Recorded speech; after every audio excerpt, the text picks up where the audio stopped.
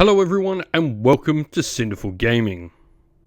In today's video we're going to look at getting started with the Chaos Space Marines in Warhammer 40,000 using the 2025 Holiday Battle Force box set, the Hellforged Warband. In this video we'll give you a brief overview of who the Chaos Space Marines are, their basic army rules as well, and then looks to use the box set as an initial starting point for our army. And throughout the video we'll then look at other units we can use and expand upon that initial box set, finishing off the video with a fleshed out 1000 point army list for you to use in your games of Warhammer 40,000.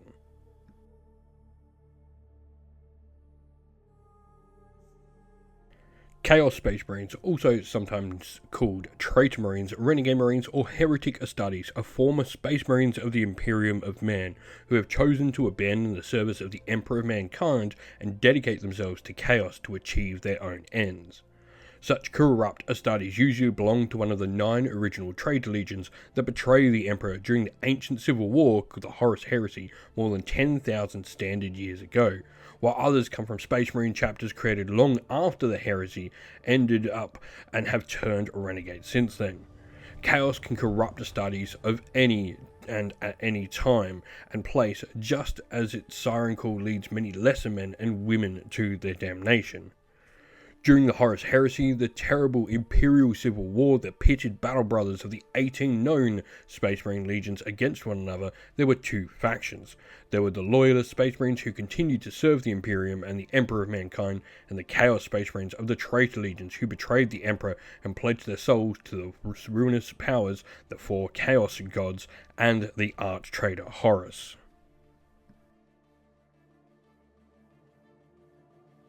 And so, before we get into looking at the Chaos Space Marines that come inside our initial box set, we are going to look at the Chaos Space Marine army rule that is Dark Pacts. Now, this we get if our faction is the Heretic Astartes army, which of course they will be, and what this means is each time we attack, we can make a Dark Pact. We make a leadership test before the effects of the Dark Pact are resolved, and if the test is failed, we suffer D3 mortals. However, regardless of pass or fail, we then can choose to have either lethal or sustained hits. This is a pretty cool rule because it really boosts up your Astartes. It does have the ability to, be turned off if you need to potentially not take those last 3 mortal wounds, but Heretic Astartes are generally quite good at leadership, at least for the Chaos Space Marine part of the faction, so you're not going to have to worry too much about failing many tests there. Maybe on some of your cultists you will. However, we also have a second special rule for the army. This is the Cult of the Dark Gods that actually allows us to take the generic sort of specialist troop from the different types of Chaos Space Marine differing armies. So this is Khorne Berserkers from World Eaters, Rubric Marines from Thousand Suns, etc. And we can have these in our force. Now, the amount of these units that we can have is dependent on how much of the size of the game we're playing. We can have a certain points value of those units available to us, as you can see listed here. Today's video is sponsored by the Warhammer merch shop. Want to grab some merch for your favourite Warhammer army? You can use our affiliate link down below to grab your next purchase and help support the channel at the same time. And so, the first model inside the box here is the character leading it, and this is the Lord Discordant on Hellstalker, a mounted Chaos character that also has the Demon keyword as well because it's on a Demon engine. Is a pretty solid character in all honesty for us. Toughness 9, 10 wounds, is on that lower sort of end of Walker monster characters. It does have a 2+ base save, 4 up invulnerable, which is really nice though, and has some decent options for its weaponry. Now, it does have the option of taking either the Technovirus Injector and Autocannon, or swapping these out for Bale Flamers and Magma Cutters. These will give you a large variety of different options that you can make. You do get a combat attack with that Technovirus Injector that is an anti-vehicle 2+ attack with some extra attacks there. Could be really potent. But you've also got the option for some good shooting weapons. The Bale Flamer, a particular favourite of mine, a damage to Flamer, is always welcome. Now this model, of course, is going to be really targeting enemy vehicles in our force. The Corrupt Machine Spirits Rule and Spirit Thief both help us defeat enemy vehicles, where at the start of the shooting phase you can select an enemy vehicle with Corrupt Machine Spirit and potentially deal some mortal wounds, and also at the start of your shooting phase you select a visible enemy unit that's a vehicle, and then friendly Heretic Astartes models get to reroll wound rolls of 1 against that target as well, so really good at targeting an enemy vehicle. What this thing can do is put down all these buffs, allow another unit potentially go and deal with another vehicle with those buffs there, and then work itself on another vehicle of its own option, trying to get into combat and get that Techno Virus injector there as well. Plus you've got other strength 8 attacks from the Impaler Chainglaive, which has Lance, really good +1 to wound. Moving on, we then have the basic troops of the Chaos Space Marine army, and this is the Chaos Space Marine Legionnaires. These are standard Space Marine troops in all honesty. 2 OC, toughness 4, 3+ save, 2 wounds, everything you expect there. They're armed with bolt guns. Probably the most interesting thing though is how you can equip these models. Unlike their cousins in the Intercessors or even Tactical Squads, which they are more similar to in their loadout options, they have a few extra options.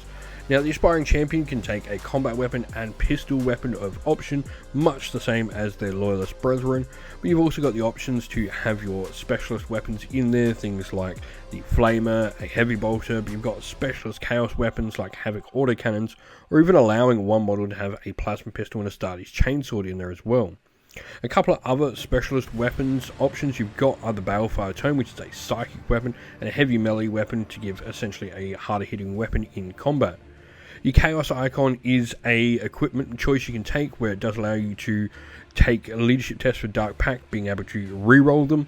And you've got the Veterans of the Long War ability, which helps you deal with enemies that are on objectives. Now, while the Chaos Space Marine Legionnaires are a more well-rounded unit, good at controlling objectives, good at getting in combat, decently good at shooting as well, your Havocs that you have as an option are a much more dedicated shooting unit. These models are going to be equipped with multiple different heavy weapons, and the Sergeant, the Havoc champion of the unit, able to take a special weapon in there as well. So you can have a decent array of firepower, and this can be done in a multitude of different ways. You can go for a unit that really wants to get up close and personal with a bunch of anti-armor, or you can have that anti-armor be longer range. You can go for a sort of face or comers unit if you go for missile launchers, or you can even go anti-infantry heavy with things like heavy bolters, and of course being able to take a flamer on your champion as well. The Havocs themselves have the Stabilization Talons. Now this means if they attack with a ranged weapon, they can ignore any and all modifiers to that ballistic skill or the characteristic hit roll. This is really powerful because it stops the unit losing those sort of abilities to really put down that hail of fire. It stops them being nullified, and they can just really power on into your opponent with the heavy weapons they can bring to bear. A good unit to set up at the backfield, control lanes of fire with, and sort of dictate where your opponent moves some of their pieces on the battlefield. After that, we then have a Chaos Rhino. This is going to be a good piece of equipment for the Force to transport some of our troops around the battlefield. More likely, I think this is going to transport your Legionnaires, but it definitely could be used with a Havoc unit that is much shorter range on its weaponry, or has weapons that maybe you need to move around a bit more. But the Chaos Rhino is a dedicated transport for the army. It can carry up to 12 Heretic Astartes infantry models, so none of these can be Terminator, Jump Pack, Obliterator, or Possessed models, so worth just remembering that. And it does self-repair a wound in each command phase. It's solidly reliable. If nothing else, it's going to be a way to protect your units from first waves and initial fire, and forcing your opponent to have to turn heavy weapons on a unit that otherwise might be able to come under fire from smaller arms. Moving on, we then go back to a unit that can definitely put down some heavy weapons fire, and this is in the form of the Obliterators. A unit or two of these are ridiculously tough for what they look like on the table. Toughness 7, 5 wounds apiece, a 2+ save with 5 up invulnerable as well. Now their flesh metal guns are interesting in that you have multiple different ways to fire these. You get to choose one of the different profiles they have, and this can be a variety of different weapon options. You've either got a Warp Hail, which is a sustained hits weapon, generally good against enemy infantry that is a little bit tougher. Your flesh metal guns can also be melter weapons, which is nice, definitely if they get in close range, they're going to be able to take on some armor. And the Ruinous Salvo as well is a good blast weapon, Generally, this is going to be good against more tightly packed infantry blobs that definitely have that higher toughness, but are also really good against lighter vehicles. Now, the Obliterators have Warp Rift firepower, which means once per battle during the shooting phase, they actually can gain indirect fire with their weapon, which is really cool. This can be a really good use with the Deep Strike ability that they have access to, able to teleport on the battlefield, potentially behind something that your opponent thinks you cannot get a unit to shoot through, and then shoot around the wall. Now, this is a really good way to keep them protected from any sort of retaliation, because while they do have some decent defensive stats, they don't have a lot of bulk to the unit. It's probably their one big downside, so it stops them getting retaliated against too heavily. And lastly, inside the boxer, we have another Chaos Space Marine vehicles, this time the Venom Crawler.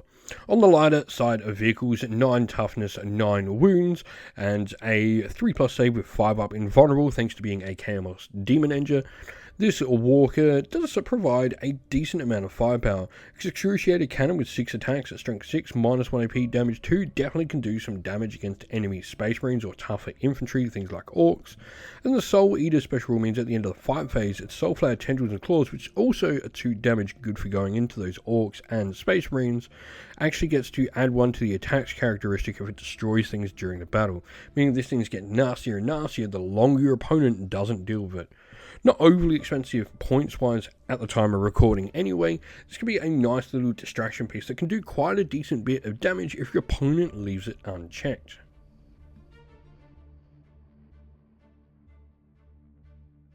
And so, where to go next? And the thing for me, I think we're going to add is this Chaos Space Marine Terminator Squad. Now, this provides us with a second unit alongside the Obliterators that we can start off the battlefield. Chaos Space Marines generally, when we're not taking cultists in the army, will have a very limited amount of units. We're much more elite than some of the armies in the game. And what having a second unit like the Obliterators with Deep Strike in the army allows us to do is play reactively. We can have these units play around, see where our opponent is going, and deploy them to counter threats as they arise. But also, not only reactive play can be done with Deep Strike, it means you can actually play offensively as well, sending them where your opponent might not want a unit to go, and force your opponent to either have to keep units in reserve stopping and zoning you out of areas, or face the wrath of Terminators coming down. And Terminators are no joke. You have a decent amount of firepower coming out of them, they can have a decent amount of combat weaponry that can deal with pretty much any target they can face. The Despoiler special rule as well means each time they make a Dark Pact until the end of the phase, the unit makes an attack, they can re-roll the hit rolls as well. So another powerful ability that means these guys are going to do some hefty work and damage for your force.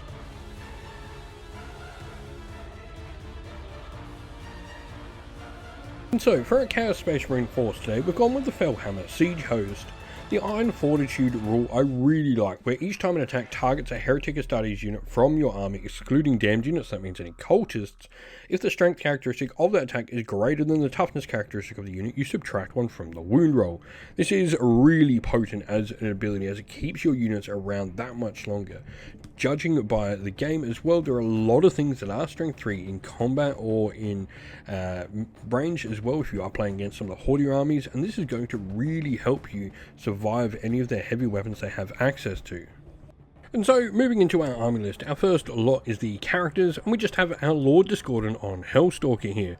This model is going to be our Warlord, as it's the only character in the army. We're going for the Bale Flamer and Technovirus Injector, a good use of having some anti-infantry and anti-vehicle weaponry. For the enhancement, we've got the Ironbound Enmity, where Heretic Astartes models only can take this, but each time the bearer makes an attack while within range of an objective marker, they get +1 to wound. Meanwhile, for Battleline, we have our unit of Chaos Space Marine Legionnaires. 10 models in the unit, the Aspiring Champion with Heavy Melee Weapon and Plasma Pistol, where we've got the Balefire Tome, Chaos Archon, Heavy Melee Weapon, Flamer and Reaper Chain Cannon on the rest of the unit, who are equipped with bolt guns. Moving on to other infantry, we then have the Chaos Space Marine Terminator Squad with 5 models in the unit. The Champion's got a Power Fist and Combi Weapon, while another Terminator has Chain Fist and Combi Weapon. We then got Power Fist and Heavy Flamer, a pair of Accursed Weapons on another, and a Power Fist and Combi Weapon on the last model in the unit. For the other units of infantry, we then have our Havocs, 5 models in unit, the champion armed with a cursed weapon and plasma gun, 2 lance cannons and 2 missile launchers in there as well, and lastly a unit of 2 obliterators. Dedicated transports is pretty simple. It's our Chaos Rhino with Havoc launcher and combi bolter. While lastly for vehicles we have the Venom Crawler. We hope that you found this video helpful in getting started with Warhammer 40,000, and that it was able to give you some ideas and inspiration to start your own force in the game. If you have any further questions, please comment down below, and while you're there, don't forget to drop a like, subscribe, and join our Discord server to check out all of our future Warhammer 40,000 content.